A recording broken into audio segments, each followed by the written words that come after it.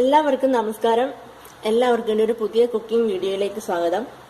ഇന്ന് ഞാൻ ഉണ്ടാക്കാൻ പോകുന്നത് ഒരു വറുത്തരച്ച സ്രാവ് കറിയാണ്. അപ്പം നമ്മുടെ മെയിൻ സാധനം സ്രാവ് ഇവിടെ ഞാൻ കഴുകി വൃത്തിയാക്കി വെള്ളത്തിലിട്ട് വെച്ചിട്ടുണ്ട്. കുറച്ച് കുടംപുള്ളി അതിൻ്റെ കൂടിയിട്ടുണ്ട്, എൻ്റെ അഴുക്കെന്തെങ്കിലും ഉണ്ടെങ്കിൽ പോവാൻ.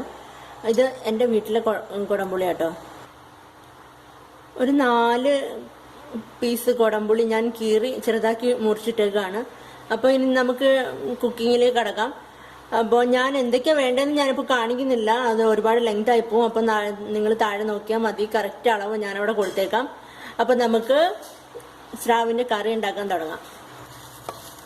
അപ്പോൾ ഒരു മുറി തേങ്ങ തിരുമിയത് ഞാൻ ചീനിച്ചട്ടിയിലേക്ക് ഇട്ടിട്ടുണ്ട്. അതിൻ്റെ കൂടെ ഒരു 1/2 ടീസ്പൂൺ ഉലുവ, 1 ടേബിൾ സ്പൂൺ ഇഞ്ചി, 1 ടേബിൾ സ്പൂൺ വെളുത്തുള്ളി, ഇത്രയും ചേർത്തിട്ടുണ്ട്. അപ്പോൾ നമുക്ക് നന്നായിട്ടൊന്ന് ഇളക്കി കൊടുക്കാം.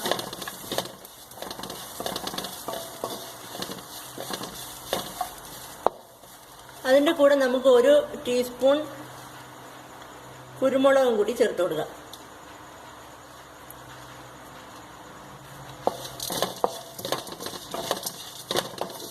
വഴറ്റി കൊടുക്കാം.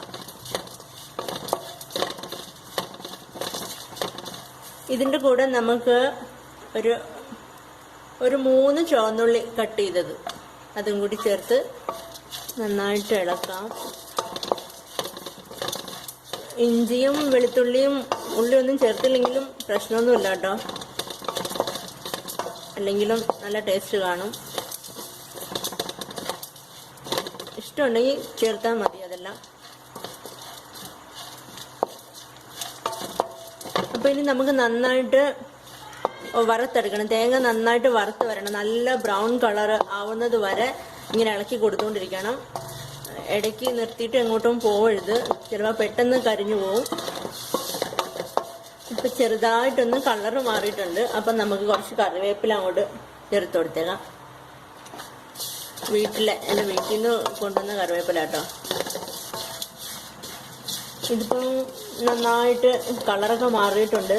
അപ്പോൾ ഈ സമയത്ത് നമുക്ക് പൊടികൾ അങ്ങോട്ട് ചേർത്ത് കൊടുക്കാം. ഇതിപ്പോൾ 2 ടേബിൾ സ്പൂൺ മുളക് പൊടി, 2.5 ടേബിൾ സ്പൂൺ മല്ലിപ്പൊടിയാണ്.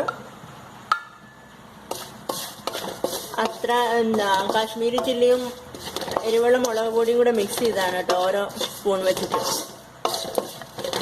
അപ്പോൾ ഇതിൻ്റെ പച്ചമണം ഒന്ന് മാറണം. അപ്പോൾ അത് അത്രയും നേരം നമുക്കൊന്ന് വഴറ്റി കൊടുക്കാം. അപ്പോൾ ഇതിൻ്റെ പച്ചമണമൊക്കെ മാറിയിട്ടുണ്ട്. അപ്പം നമുക്ക് സ്റ്റൗ ഇനി ഓഫ് ചെയ്തേക്കാം. ഇനി കുറച്ച് നേരം ഇതിരുന്ന് തണുക്കട്ടെ. അതിൻ്റെ ചൂടൊക്കെ മാറി കഴിഞ്ഞതിന് ശേഷം നമുക്ക് അരച്ചെടുക്കാം. അപ്പോൾ നന്നായിട്ട് തണുത്തിട്ടുണ്ട്. ഞാൻ മിക്സിയുടെ ജാറിലേക്ക് മാറ്റി. ഇനി നമുക്കിത് അരച്ചുകൊണ്ട് വരാം. വെള്ളം ചേർക്കേണ്ട ആവശ്യമില്ല, വെള്ളം ചേർക്കാതെ തന്നെ നന്നായിട്ട് അരഞ്ഞു കിട്ടും. 2-3 പ്രാവശ്യം അരച്ചാൽ മതി. അപ്പോൾ ആ എണ്ണയൊക്കെ ഇറങ്ങി നന്നായിട്ട് അരഞ്ഞു കിട്ടും. ഞാൻ അരച്ചിട്ട് കാണിക്കാം. ഞാനിത് നന്നായിട്ട് അരച്ചിട്ടുണ്ട്. അതിൻ്റെ ഒരു തുള്ളി വെള്ളം പോലും ചേർത്തിട്ടില്ല. എന്നിട്ട് നന്നായിട്ട് അരഞ്ഞിട്ടുണ്ട്, എണ്ണയൊക്കെ ഇറങ്ങി. അപ്പോൾ ഇനി നമുക്ക് നമ്മുടെ സ്രാവ് ഇവിടെ റെഡിയാക്കി വെച്ചിട്ടുണ്ട്. കുടംപുളി ചേർത്ത് കൊടുത്തിട്ടുണ്ട്. ഇതൊരു 4 പീസ് കുടംപുളി ചെറുതായിട്ട് നുറുക്കിയെടുത്തതാണ്. പുളി നിങ്ങളുടെ ടേസ്റ്റിനനുസരിച്ച് ചേർക്കണം. ഇതിപ്പോൾ എൻ്റെ വീട്ടിൽ നിന്ന് കൊണ്ടുവന്ന പുളി, അതുകൊണ്ട് നല്ല പുളിയാണ്. അപ്പോൾ 4 എണ്ണം തന്നെ ധാരാളമാണ്. അപ്പോൾ നമുക്ക് അരപ്പ് അങ്ങോട്ട് ചേർത്ത് കൊടുക്കാം. അരപ്പ് ചേർത്തിട്ടുണ്ട്. അപ്പോൾ ഇനി നമുക്ക് ആവശ്യത്തിന് വെള്ളം ഒഴിച്ച് മിക്സ് ചെയ്തെടുക്കാം. ഞാൻ നല്ല വെള്ളമൊക്കെ ഒഴിച്ച് മിക്സ് ചെയ്തിട്ടുണ്ട്. ഈ മുങ്ങിക്കിടക്കുന്ന ഈ പരുവം കറക്റ്റാണ്. അപ്പോൾ ഇനി നമുക്ക് ഉപ്പ് ചേർത്ത് കൊടുക്കാം.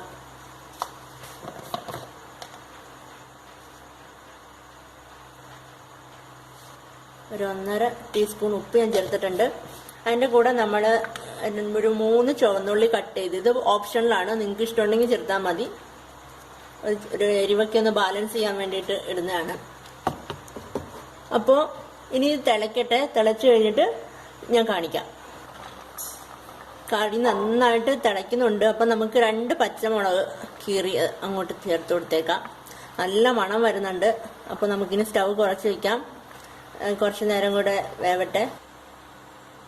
അപ്പം നമ്മുടെ വറുത്തരച്ച സ്രാവ് കറി റെഡി ആയിട്ടുണ്ട്. നല്ല ഓയിലൊക്കെ തെളിഞ്ഞ് നല്ല കളറായിട്ടുണ്ട്, നല്ല മണവും വരുന്നുണ്ട്. അപ്പൊ അതിന്റെ ടേസ്റ്റ് ഒന്ന് നോക്കട്ടെ.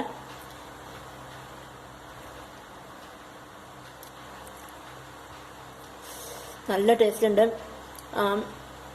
കുരുമുളകിന്റെ ഒക്കെ നല്ല ഫ്ലേവറാണ്, നല്ല ടേസ്റ്റ് ഉണ്ട്.